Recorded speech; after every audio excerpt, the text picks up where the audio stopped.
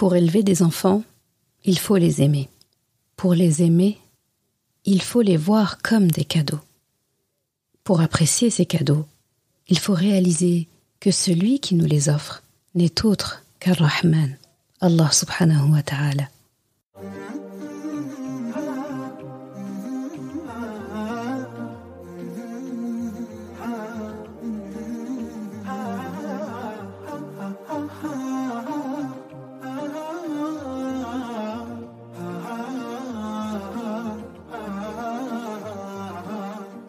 Bienvenue sur Coran de ton cœur, le podcast qui t'aide à reconnecter ton cœur à ton Coran. Je suis Zeynep et je suis passionnée par les deux médecines indispensables à toute vie sur Terre, celle de l'âme et celle du corps. Je suis donc enseignante de Coran et interne en médecine générale. Voilà plus de 10 ans maintenant que j'enseigne aux femmes à lire, à apprendre, à comprendre et surtout à vivre leur Coran au quotidien en reconnectant leur cœur au Coran. Car oui, j'ai la ferme conviction qu'un cœur connecté au Coran est capable de redistribuer à tous les organes du corps l'amour pour Allah, l'envie de lui plaire et d'agir dans le bien. C'est pourquoi à travers ce podcast, je compte redonner chaque semaine un nouveau souffle à divers pans de ta vie au regard de ton Coran. Prends ce temps pour toi et belle écoute. Assalamu alaikum wa rahmatullah. J'espère que tu te portes bien ainsi que tes proches. Heureuse de te retrouver une semaine de plus pour un nouvel épisode de notre podcast. Et cette semaine, j'ai choisi d'aborder le sujet que tu as vu en titre. Nos enfants, c'est cadeau. C'est cadeau d'Allah subhanahu wa ta'ala. Je te le dis tout de suite, ce ne sera pas le seul épisode que je consacrerai aux enfants. Je ferai également des épisodes sur les parents. Cet épisode au sujet des enfants se voudra, on va dire, introductif de ce que je ferai par la suite. Et je voulais poser les bases de cette relation que nous avons avec nos enfants, ce que notre Coran en dit pour pas changer nos habitudes. Et donc, de ce fait, je te laisse avec les ayats qui ont motivé l'épisode du jour. Bismillahirrahmanirrahim. وَقَضَى رَبُّكَ أَلَّا تَعْبُدُوا إِلَّا إِيَّاهُ وَبِالْوَالِدَيْنِ إِحْسَانًا إِمَّا يَبْلُغَنَّ عِندَكَ الْكِبَرَ أَحَدُهُمَا أَوْ كِلَاهُمَا فَلَا تَقُل لَّهُمَا أُفٍّ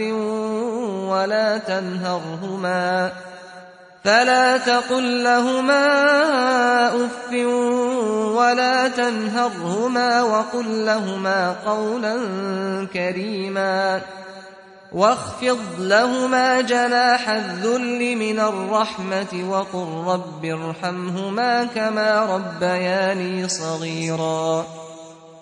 Et ton Rabb, ton Seigneur a décrété n'adorer que lui et marquer de la bonté envers les pères et mères.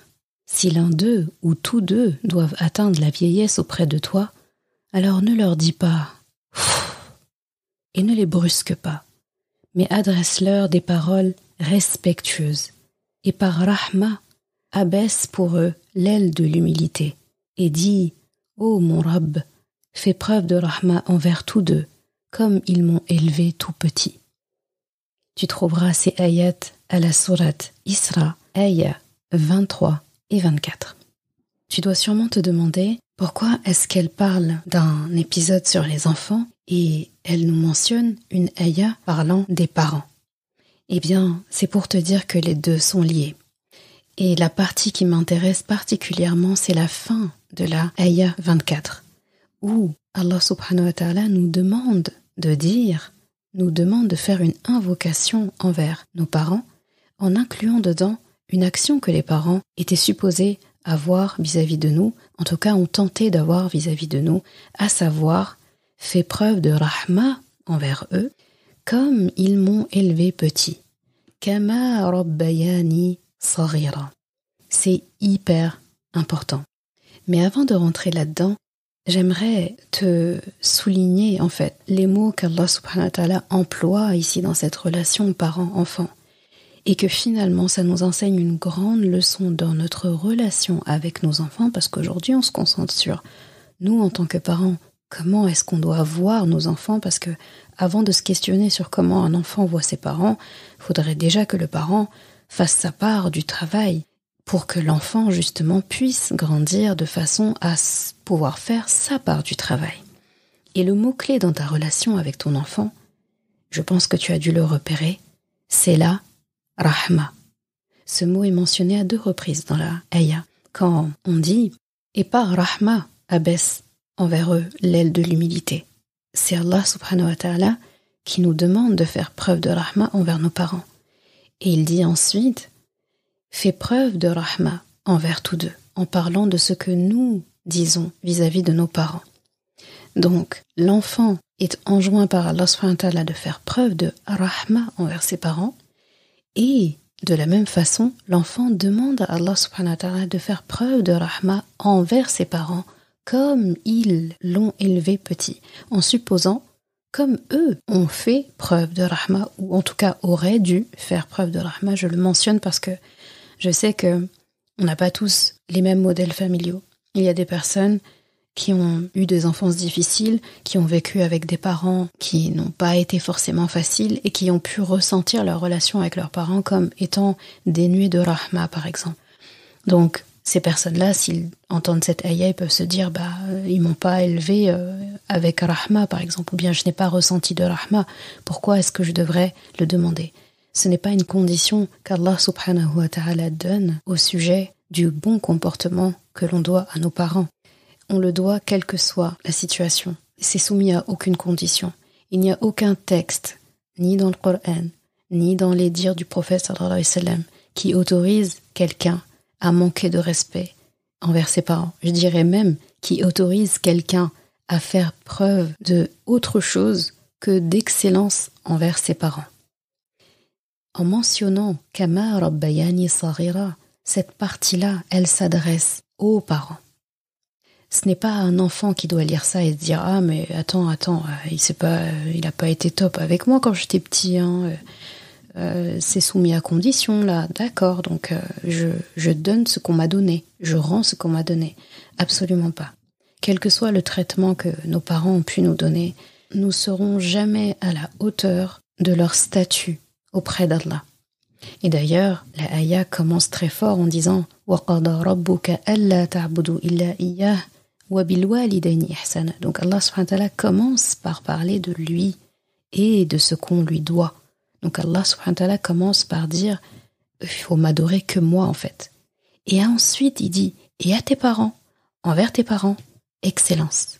Comme pour dire « Tu peux pas faire moins que l'excellence ». Et l'excellence c'est déjà ton maximum parce que la perfection c'est pas pour nous. Nous sommes des êtres perfectibles, donc on n'est pas du tout parfait, on est imparfait. Donc le degré le plus élevé auquel on peut mener nos actions, c'est l'excellence. Et Allah subhanahu wa ta'ala dit que pour tes parents, tu peux pas faire moins que l'excellence. C'est pour dire qu'en fait, c'est ton minimum. C'est pas ton maximum, c'est ton minimum. Comme pour dire que tu pourras toujours faire plus envers tes parents. D'accord? Donc c'est un très beau jeu dans la langue, en nous disant que tu peux pas faire moins, en supposant que tu peux faire plus, et d'un côté, l'être humain ne peut pas vraiment faire plus que de l'excellence parce que c'est son maximum. Quand Allah subhanahu wa ta'ala parle comme ça, avec un mot qui peut donner un sens dans une situation et supposer un autre sens dans une autre situation, c'est comme pour nous dire, eh bien, il faut que tu continues, que tu continues, que tu continues. Si jamais t'arrives à un moment donné où tu sens que ah mais là, j'ai vraiment fait beaucoup pour mes parents, je pense que j'ai atteint l'excellence, ça veut dire qu'il y a encore à faire. Il faut toujours avoir le sentiment qu'on a encore à faire. Donc, ihsan, l'excellence. Donc Allah subhanahu wa ta'ala, il appose tout de suite après son nom à lui, après l'adoration qu'on lui doit à lui, il parle tout de suite des parents, comme pour dire les deux sont indissociables en fait. Tu ne peux pas m'adorer correctement et manquer à ton devoir envers tes parents, manquer de respect à tes parents, faire moins que l'excellence ihsan envers tes parents. Donc la ayah commence par Rabb, et j'ai déjà donné la définition de Rabb si tu te rappelles. Si tu te rappelles pas, je te redirige vers les premiers épisodes, donc l'épisode 1, l'épisode 2 où je parle beaucoup de la notion de Rabb. à quel point c'est beaucoup plus que le sens de Seigneur, c'est vraiment celui qui prend soin, c'est celui à qui tu appartiens. Et je te laisse revoir cette définition. Et la ayah termine par un mot qui est issu de la même racine. Kama rabbayani saghira. Donc c'est un verbe qui est tiré de la même racine que rabb. Et on a vu que dans rabb était inclus aussi la notion d'élever, d'éduquer, de s'occuper d'eux, de prendre soin d'eux, de pourvoir aux besoins de quelqu'un. Eh bien, c'est ce qu'un parent est supposé faire pour son enfant. Donc la ayah, on a l'impression qu'elle commence par les devoirs des enfants, et d'ailleurs ça va parler énormément on a l'impression que toute la ayah finalement parle du devoir de l'enfant envers son parent, mais il termine par un rôle et un devoir des parents envers ses enfants. Et c'est là-dessus qu'on va se concentrer pendant cet épisode. Et pour que cette éducation, cette élévation de ton enfant au rang de serviteur, servante digne auprès d'Allah subhanahu wa ta'ala, pour que ça puisse se faire dans de bonnes conditions, eh bien l'ingrédient clé, l'ingrédient secret, l'ingrédient magnifique dans cette histoire, c'est la rahma. Et c'est pour ça qu'il s'est répété 2 fois dans cette ayah. Et c'est pour ça aussi qu'entre chaque sourate, on doit répéter Bismillahirrahmanirrahim. Donc Allah subhanahu wa ta'ala se définit dans le Coran, tout au long du Coran, donc au moins 114 fois. Donc entre chaque sourate, nous devons nous rappeler qu'Allah subhanahu wa ta'ala est Ar-Rahman et Ar-Rahim, donc celui qui fait preuve de grande rahma. Et il nous demande de faire preuve de cette même rahma envers nos parents et de demander également la rahma d'Allah sur nos parents. Mais si l'on veut un enfant qui puisse demander à Allah subhanahu wa ta'ala la rahma sur les parents, eh bien ça suppose que le parent a fait preuve de rahma envers son enfant. Car on dit que on ne peut pas donner ce qu'on n'a pas. L'enfant, il ne faut pas attendre de lui qu'il donne quelque chose qu'il n'a pas connu. Il reproduit, il refait ce qu'on lui a fait. C'est pour ça qu'Allah subhanahu wa ta'ala nous ouvre les yeux en tant que parents en insistant à la fin, comme pour nous rappeler, attention, j'ai beaucoup parlé de ton enfant, mais toi tu n'es pas en reste. L'enfant, il lui fait dire dans sa propre bouche à lui, Kama rabbayani saghira, comme ils m'ont élevé, comme ils se sont occupés de moi, comme ils ont pris soin de moi, comme ils ont été compatissants envers moi, comme ils ont tout fait pour moi quand j'étais tout petit. Et là, c'est hyper important. Il y a beaucoup de pépites dans cette ayah, juste dans cette petite partie de la ayah 24, qui nous donne énormément d'informations sur notre rôle de parents et sur comment est-ce qu'on doit voir nos enfants.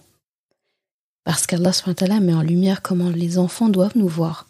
C'est comme pour dire, eh bien toi, à un moment donné, tu dois avoir tes enfants comme ça, pour que eux puissent te le rendre encore mieux. Donc la rahma est un ingrédient indispensable dans ta relation avec tes enfants. D'ailleurs, je pense pas avoir abordé dans les épisodes précédents, ou en tout cas je me rappelle pas, la notion de rahma. Ce mot en fait, rahma, on en entend beaucoup parler quand on dit Bismillahi ar-Rahmani ar-Rahim.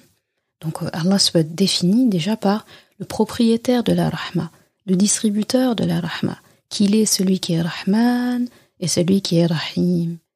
Et il nous demande de faire preuve de rahma. Il dit même dans d'autres ayats, quand il parle du couple, qu'il a établi la rahma entre le couple. Donc, c'est-à-dire que quand il s'agit de relations familiales, et même d'autres relations, des relations d'amitié, des relations dans la Ummah, mais énormément dans la relation familiale, eh bien, il répète tout le temps ce mot. Donc, ce mot rahma revient beaucoup. Qu'est-ce que ça veut dire ? Ça veut dire miséricorde seulement, comme il est traduit communément. Bien là, tu as l'habitude, hein. Ça ne veut pas seulement dire miséricorde. Miséricorde est une part de la rahma, mais ce n'est pas toute la rahma. C'est presque réducteur que de traduire rahma par miséricorde uniquement. Rahma, de la racine ra-ha-ma, c'est l'amour déjà. L'amour déjà, c'est plus que miséricorde. Et c'est pas seulement l'amour, c'est un amour rayonnant, un amour inconditionnel, un amour qui est expansif. Un amour, en fait, c'est pour ça qu'on parle de rayonnant, parce que les rayons de soleil, par exemple, est-ce qu'ils ont une fin? Est-ce qu'on peut dire le rayon de soleil, il s'arrête là-bas? C'est-à-dire, si tu regardes, tu fixes le soleil et tu regardes les rayons partout où ils vont, tu n'arrives pas à voir leur fin, en fait. Tu n'arrives même pas à voir le début même, tellement ça brille. Et en fait, le rayon s'étendra aussi loin que ta vue te portera. C'est ça, en fait, Rahma. Et le soleil n'a pas qu'un seul rayon, il a des rayons. Donc, Rahma a d'innombrables rayons, et chaque rayon, déjà, est à perte de vue. Donc, c'est te dire à quel point c'est un amour qui est large, en fait, qui est expansif. Eh bien, c'est cette Rahma qu'Allah subhanahu wa ta'ala s'est assigné. C'est-à-dire qu'à chaque fois qu'il parle de nous, chaque fois qu'on lit le Coran, chaque fois qu'on pense à Allah, il veut qu'on pense à lui comme étant celui qui est le propriétaire de cet amour-là. Et dans la langue arabe, il y a beaucoup de mots, il y a plusieurs mots, il me semble qu'il y a une trentaine ou plus, qui rentrent dans le champ lexical de l'amour. Mais Rahma, c'est celui qui a le plus haut degré, c'est-à-dire c'est le terme qui traduit l'amour, le terme le plus fort en fait, pour parler d'amour. Il y a plusieurs degrés, il y a plusieurs types d'amour, et Rahma est le maximum en fait. C'est le maximum parmi les amours en tout cas qui sont sains. Il me semble qu'il y a un mot, je me rappelle plus là de tête, qui veut aussi dire amour et qui est le plus haut degré, qui n'est pas Rahma. Mais cet amour-là en fait c'est un amour tellement grand qu'il peut tuer en fait, qu'il blesse. Donc ça veut dire que ce n'est pas un bon amour. Juste en dessous, on a Rahma. C'est l'amour qui est maximal. Il est expansif. Il est rayonnant. Il est à perte de vue, mais il ne blesse pas. Donc ce haut degré de Rahma là, Allah subhanahu wa ta'ala l'a pris et se l'est assigné. Quand on dit Ar-Rahman et Ar-Rahim, eh bien on parle de cette Rahma là. Une Rahma qui est étendue dans le temps, étendue dans l'espace, qui est incompressible. Eh bien, c'est cette Rahma-là qui nous demande de faire preuve dans notre famille, avec nos parents, avec nos enfants, avec nos conjoints. Et il y a autre chose, il y a une autre beauté et un autre trésor dans le terme de Rahma, c'est qu'il a la même racine qu'un autre mot, le mot Rahim, ou le pluriel Arham. Rahim veut dire la matrice, l'utérus, et Arham, c'est le pluriel, les matrices, les utérus. Quand tu regardes le fait que Rahma, Rahman, ces mots ont la même racine que le mot qui sert à dire utérus, on a presque envie de se dire mais quel est le lien? Et l'utérus est le siège de quoi? Quelle est cette particularité qu'a l'utérus que n'ont pas d'autres organes? L'utérus, sa particularité, c'est qu'il peut porter la vie. Il porte ar-ruh, il porte l'humanité. L'humanité, ce sont ces gens envers qui Allah subhanahu wa ta'ala fait preuve de rahma. Donc Allah subhanahu wa ta'ala est entier, il est logique. Quand il parle de rahma, ça commence dès la matrice, ça commence dès l'utérus. C'est-à-dire c'est depuis cet utérus-là qu'il applique sur nous la rahma. Et cette rahma-là, il l'a placée à l'intérieur de cette femme qui porte son enfant. Quand tu comprends ça, eh bien tu comprends assez facilement l'amour qui se passe entre une mère et son enfant. Il est indescriptible. Aucun être humain ne peut rivaliser avec cet amour-là. C'est un amour qu'on ne peut pas expliquer. Une femme, dès lors qu'elle sait qu'elle porte un enfant, surtout si elle l'attendait, surtout si elle l'espérait très fort, eh bien son amour démarre déjà à ce moment-là. Un papa peut aimer son enfant aussi, mais il réalise et son amour pour son enfant est décuplé et révélé le jour où il le voit. Donc après 9 mois. Une femme, en tout cas moi c'est ce que je ressentais, et je pense que si tu as des enfants et tu as enfanté, tu as sûrement ressenti la même chose. Notre enfant, il est dans notre ventre, on vient d'apprendre qu'il est là. On le voit déjà à l'université, on le voit déjà se marier, on voit déjà son avenir. Notre amour va jusque-là en fait. Et on a plusieurs mois pour construire cette rahma-là, pour construire cet amour. Et finalement on le fait sans effort, parce que c'est naturellement là notre utérus est le siège de l'amour. Et donc, c'est très beau qu'Allah subhanahu wa ta'ala ait assigné le même mot pour parler de l'utérus, pour parler de cet organe qui porte la vie, et le mot Rahma, l'amour, et ce nom qu'il s'attribue. Ça fait partie de ces 99 noms, Rahman et Rahim. Comme pour nous rappeler quelque chose, pour qu'on puisse avoir une idée, une petite idée, une miniature de l'amour qu'Allah subhanahu wa ta'ala nous porte, eh bien Allah subhanahu wa ta'ala n'a pas trouvé d'exemple, n'a pas trouvé de situation plus ressemblante, se rapprochant plus de son amour à lui que l'amour que porte une mère pour son enfant. C'est pour ça qu'il a assigné dès la matrice cet amour à cette rahma. Donc il a assigné rahma, utérus, amour, etc. Tout ce champ lexical. Comme pour dire aussi que la base de tout, c'est la rahma. À la fin, on revient toujours à la même chose. Rahma. Ça commence par la rahma, ça termine par la rahma. La rahma est une boucle. C'est pour ça que dans cette ayah, Allah subhanahu wa ta'ala parle de la rahma que doit l'enfant envers son parent, que cette rahma, l'enfant, Allah subhanahu wa ta'ala lui demande, enfin l'adulte ou l'enfant, peu importe, mais lui demande de demander cette rahma envers ses parents.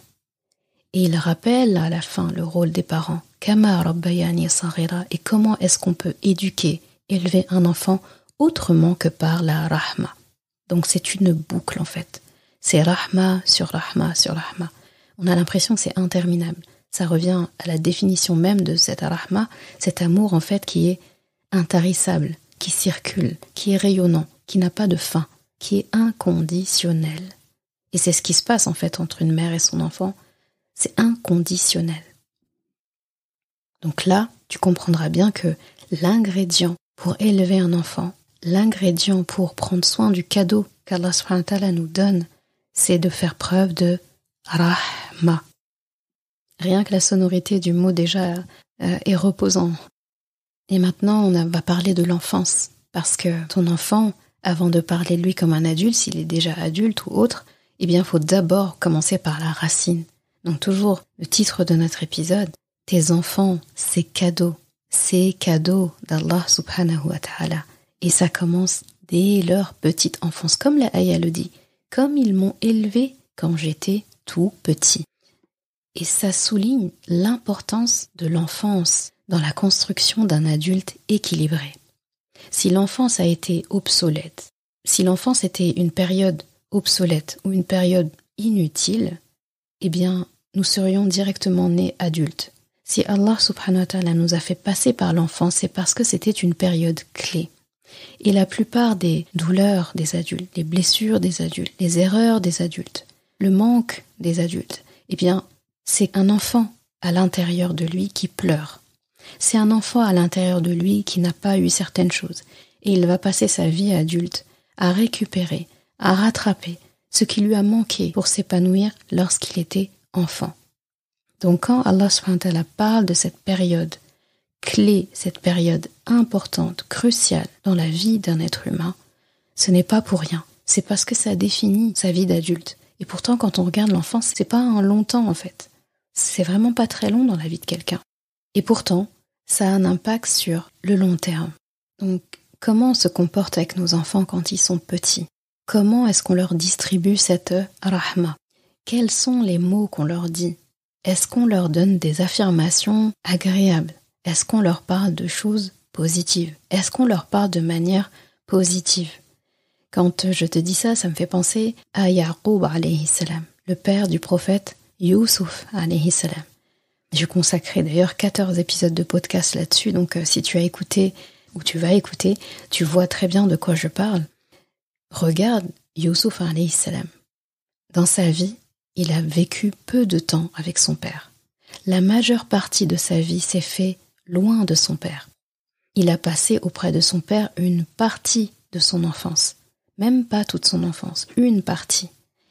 Et sa vie d'adolescent, sa vie de jeune adulte, sa vie de grand adulte, il l'a vécu loin de son père. Et pourtant, regarde le fabuleux destin que Youssouf alayhi salam a vécu. Et le Coran capture parfaitement les quelques moments qu'il a pu passer avec son père, l'enfance. Analyse ces mots. Je te renvoie d'ailleurs vraiment aux épisodes consacrés à ça dans la partie du podcast où je parle de Youssouf, le plus beau des récits. Regarde comment son père lui parle. Regarde comment son père prend soin de lui. Regarde comment son père lui parle de son avenir. Comme pour nous rappeler que Youssouf alayhi salam, qui a grandi auprès de non-musulmans, dans un pays d'idolâtres de non-musulmans, dans une maison de non-musulmans. Il a été en prison après de non-musulmans.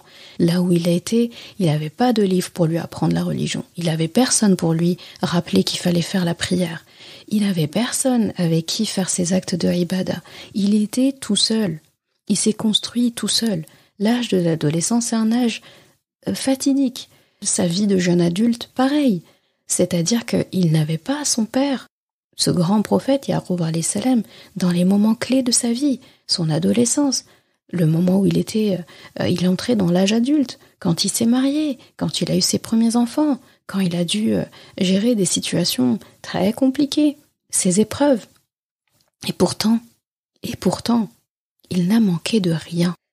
Et il a eu une magnifique histoire, une magnifique fin en fait, un beau dénouement. Et quand il a retrouvé son père ne s'est pas inquiété en fait de comment Youssouf alayhi salam a évolué et ce qu'il est devenu. C'était tout simplement l'accomplissement de ce rêve qu'il a fait en étant enfant. Et Yaqub alayhi salam l'a rassuré, il n'est pas étonné de ce Youssouf alayhi salam qu'il retrouve. Et qu'est-ce qui était important dans ce que Yaqub alayhi salam a fait dans l'enfance de son fils, son petit garçon? Eh bien, il lui a donné toute la rahma nécessaire, dans les mots, dans les gestes. C'est très important. Et le Coran capture ça, comment il lui parle. Il capture en fait ces mots positifs, ces mots d'affirmation, ces mots d'encouragement qu'il donne à son fils.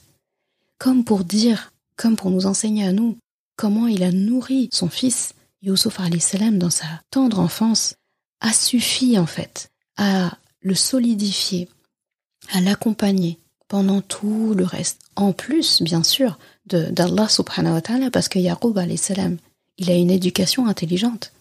Il a confié cet enfant à Allah subhanahu wa ta'ala. Tout revient à Allah. Donc faire preuve de rahma aussi envers cet enfant, c'est placer cet enfant à son propriétaire véritable, Allah subhanahu wa ta'ala. On fait preuve de rahma envers cet enfant parce que c'est une créature d'Ar-Rahman. Il ne nous appartient pas, cet enfant. Donc on fait que prendre soin d'un dépôt d'Allah, que prendre soin d'un cadeau qu'Allah subhanahu wa ta'ala nous fait en fait.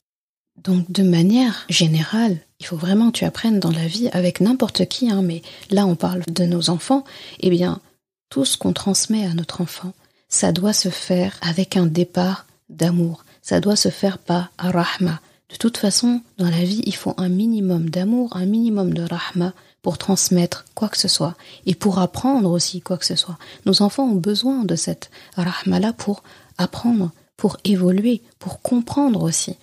Regarde le lien qu'un bébé, un tout petit bébé a avec sa mère, a avec ses parents, mais en particulier avec sa mère. Le regard, le soin. Il y a des tas d'études qui ont été faites sur un enfant en fait, dont on s'occupe, mais on s'en occupe vraiment en faisant les actes théoriques, le changer, lui donner à manger, etc., sans expression faciale spéciale, sans affection spéciale, vraiment juste je m'en occupe parce qu'il faut s'en occuper. Eh bien on a vu qu'en fait ces enfants ils se laissaient mourir parce qu'ils ont besoin d'interaction, ils ont besoin de sourire, ils ont besoin d'entendre des paroles valorisantes, ils ont besoin d'entendre qu'on chantonne, ils ont besoin de câlins, ils ont besoin de proximité, de chaleur, d'amour. Ça les fait grandir. Autrement, ils ne grandissent pas. Ils se laissent dépérir.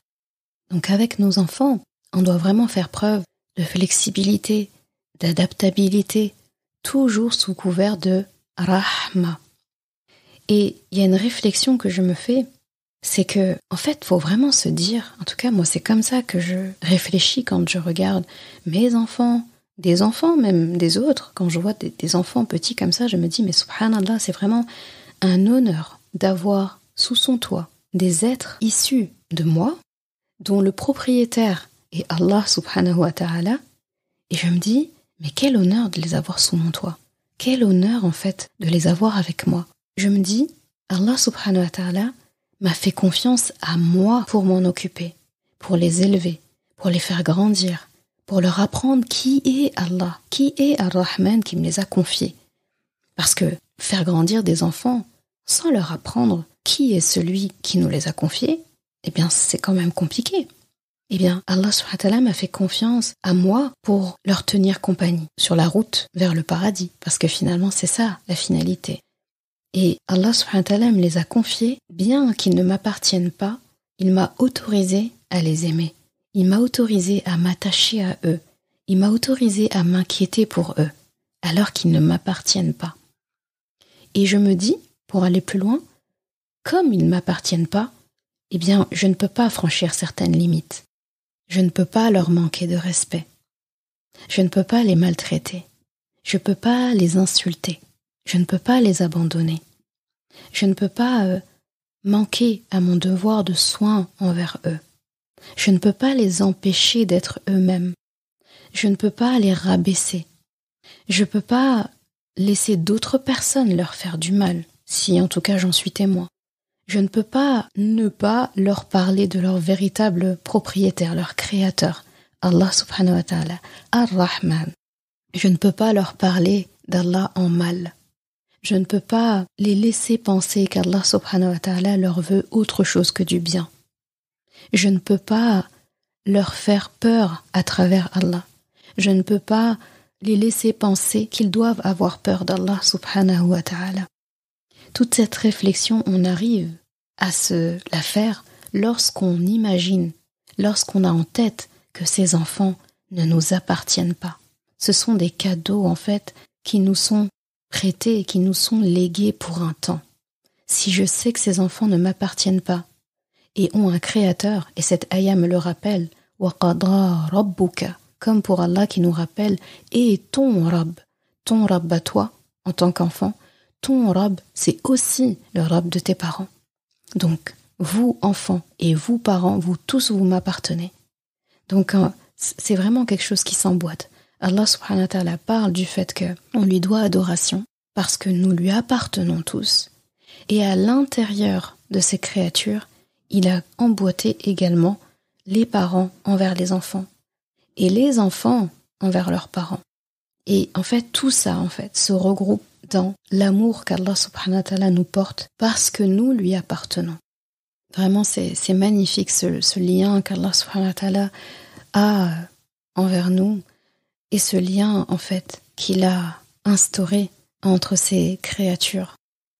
Et je vais terminer cet épisode, qui ne sera pas le seul sur la question, Inch'Allah, en parlant d'un sujet que j'avais déjà abordé. Et cette fois-ci, j'en parle sous couvert justement de cette rahma. Eh bien, c'est que ces enfants, ces cadeaux qu'on peut voir, qu'on peut regarder, qu'on peut admirer aujourd'hui, nos enfants, eh bien, ils sont notre lien avec les générations d'après. Ils sont notre lien avec notre descendance. Et là, tu te rappelles cette notion d'ancêtre. Nous sommes des ancêtres. Tu es un ancêtre. Tu es une ancêtre. Présentement, maintenant. Tu n'es pas un ancêtre quand tu seras mort. Il ne faut pas t'imaginer comme étant l'ancêtre de personnes, genre comme si c'était quelque chose qui arrivera après. Tu es ancêtre dès maintenant. Parce que toutes tes actions d'aujourd'hui auront un impact sur des générations futures, dans ta propre lignée, des générations que tu ne pourras pas voir, que tu ne pourras pas toucher, à qui tu ne pourras pas parler, quand bien même tu aimerais. Eh bien, ces enfants que tu vois aujourd'hui, dont tu es témoin aujourd'hui, eh bien, ils sont ce lien que tu as avec ces générations futures.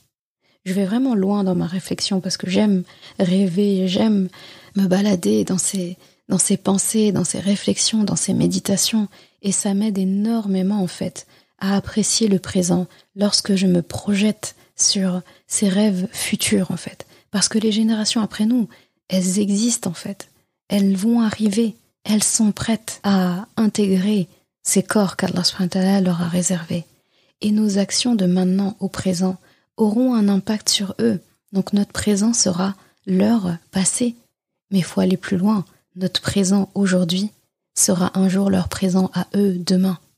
Les conséquences, c'est-à-dire que les habitudes qu'on instaure dans notre famille vont se perdurer et vont arriver jusqu'à eux.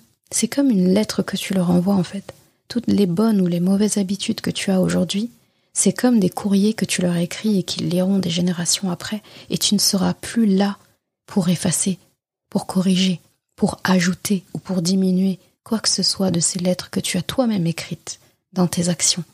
Eh bien, quand je regarde mes enfants, et j'aimerais que tu regardes tes enfants de la même manière, eh bien, dis-toi que c'est pour toi l'occasion de communiquer, de discuter, de parler, de regarder, de toucher des générations après toi, de ta lignée que tu ne pourras pas voir. Et ça, c'est quelque chose de très, très, très, très, très fort.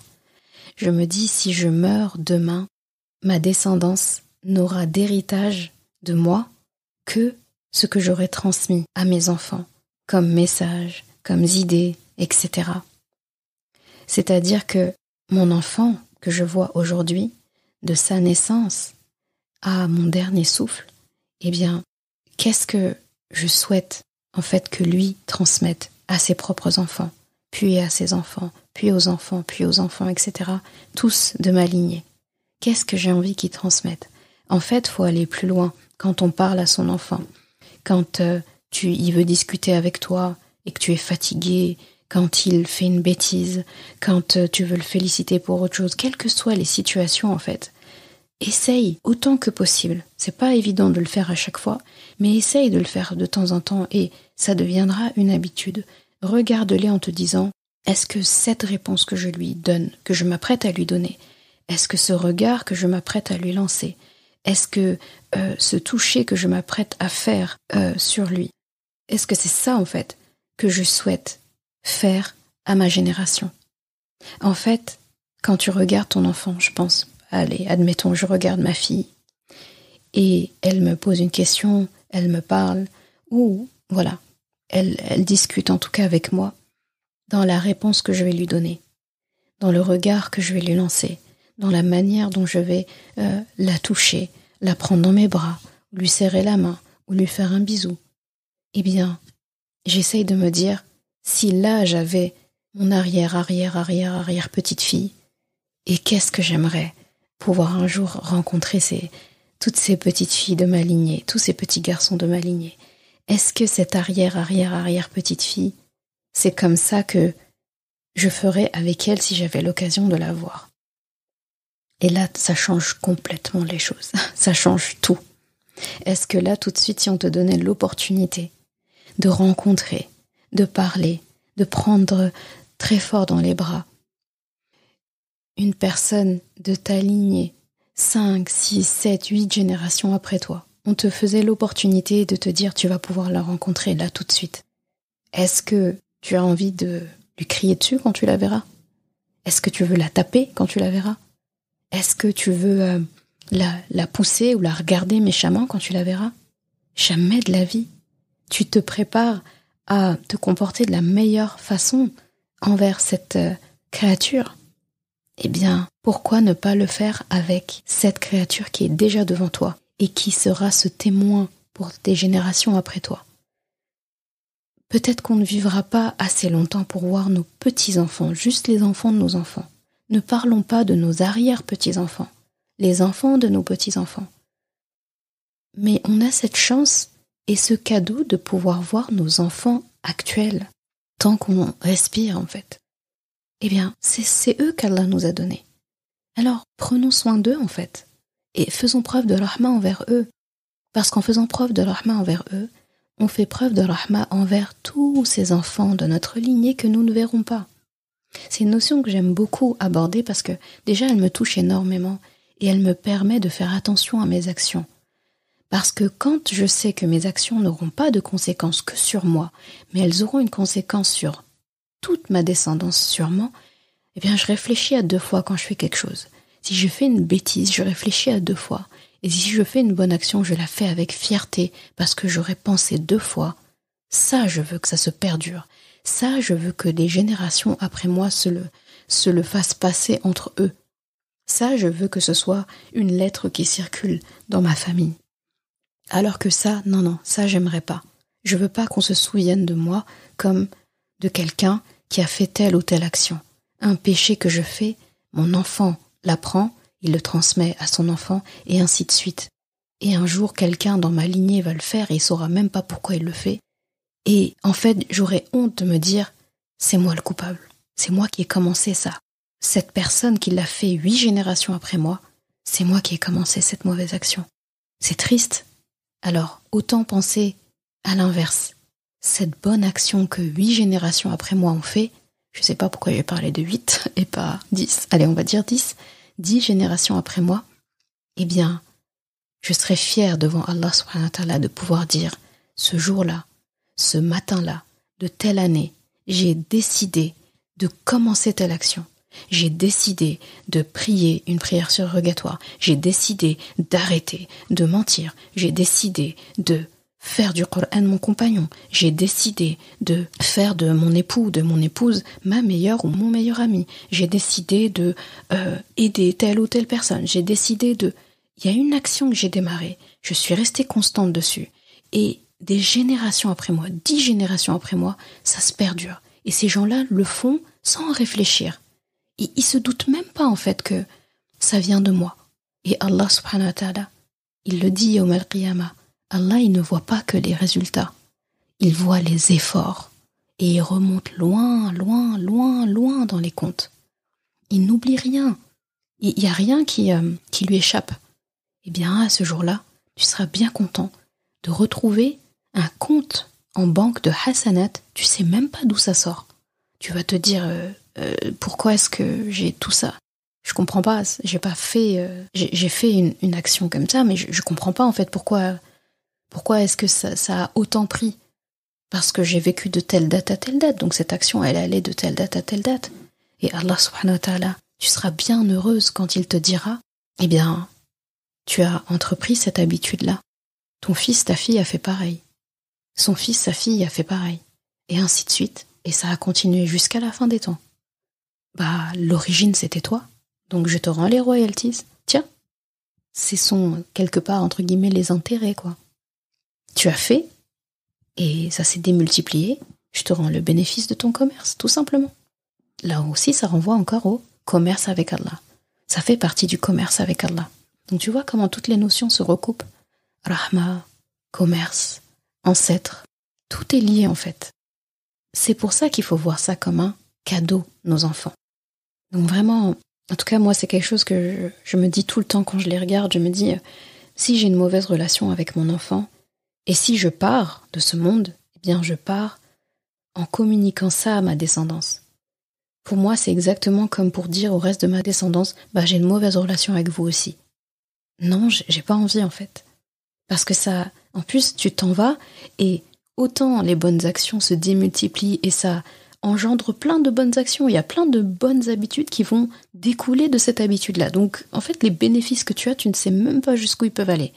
Mais de la même façon, une mauvaise action que tu fais, et que tu fais plusieurs fois en fait, que tu perdures, tu pars de ce monde avec cette action-là, eh bien, quand ton enfant va le reproduire, il va le reproduire à sa sauce. Il va le reproduire en y injectant de sa personnalité, de son caractère, de ses habitudes, et il va le transmettre à ses enfants. Et chacun, et en fait, peut en découler toutes sortes de choses que tu n'imagines pas. Et les conséquences peuvent être gravissimes, en fait. Et là, tu te dis, mince. Donc, il faut vraiment se dire, j'ai envie de laisser un bon souvenir à ma descendance. Donc, je laisse un bon souvenir à cet enfant-là qui est là devant moi, qui va grandir très vite et qui va devenir un adulte, que je pourrais voir grandir ou pas. Ça, c'est Allah qui sait. Donc, il faut vivre chaque moment comme si c'était le dernier. Chaque moment que je passe avec mon enfant, je dois m'efforcer de penser que c'est aussi un moment que je passe avec les futures générations de ma descendance. Quand je te dis que je vais loin dans mes pensées, il faut vraiment me croire. Quand je m'assois avec mon enfant, ça m'arrive pas à chaque seconde, mais il m'arrive des fois d'aller loin, de regarder mon fils, de regarder ma fille. Chacun de mes enfants en me disant, ce moment que je passe avec mon fils, eh bien, c'est comme un moment que je passe avec d'autres générations après moi. la 10e génération. Je suis en train de passer un moment avec la 10e génération. Parce que mon fils, ma fille, est en fait ce début de toutes les générations qui vont arriver. En tout cas, ma part d'action, elle commence avec eux. Parce que je n'aurai pas la main. Je n'aurai pas de possibilité avec la 10e génération. Je ne pourrai rien faire. Eh bien, dans ce cas, je me dis, est-ce sur ce ton-là que j'ai envie de parler à la 10e génération? Est-ce ce regard-là que je veux lancer à la 10e génération? Est-ce cette façon de toucher que je veux faire à la 10e génération? Est-ce que je veux que ce soit ces mots-là qu'ils entendent de moi? Là, avec ça, ça répond à toutes tes questions, à toutes mes questions, à toutes nos questions. Nos enfants sont des cadeaux. Je répète ce que je disais en introduction. Pour élever des enfants, il faut les aimer. Donc il faut faire preuve de rahma envers eux. Pour faire preuve de rahma envers eux, il faut les voir comme des cadeaux. Et pour apprécier ces cadeaux, eh bien, il faut réaliser que celui qui nous a offert ces cadeaux n'est autre qu'Ar-Rahman, le plein d'amour, le plein de rahma. Et la boucle se ferme sur la rahma, encore une fois. On commence par la rahma, on termine par la rahma. Donc à l'intérieur, ça ne doit être que rahma. Et ça tombe bien, nos enfants sont là pour faire perdurer cette rahma. Qu'Allah subhanahu wa ta'ala fasse de nos enfants la tranquillité de notre cœur. Et que nous soyons, nous aussi, la tranquillité de leur cœur. Qu'Allah fasse qu'entre nos enfants et nous ne circule que rahma. Que dans nos foyers ne circule que rahma. Qu'avec nos conjoints ne circule que rahma. Qu'Allah fasse que la rahma ne quitte jamais notre descendance. Et qu'Allah fasse que nous le retrouvions le jour du jugement dernier, plein de rahma.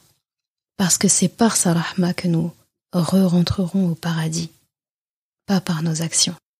Amin ya Rabbal Alamin. Merci d'avoir écouté cet épisode.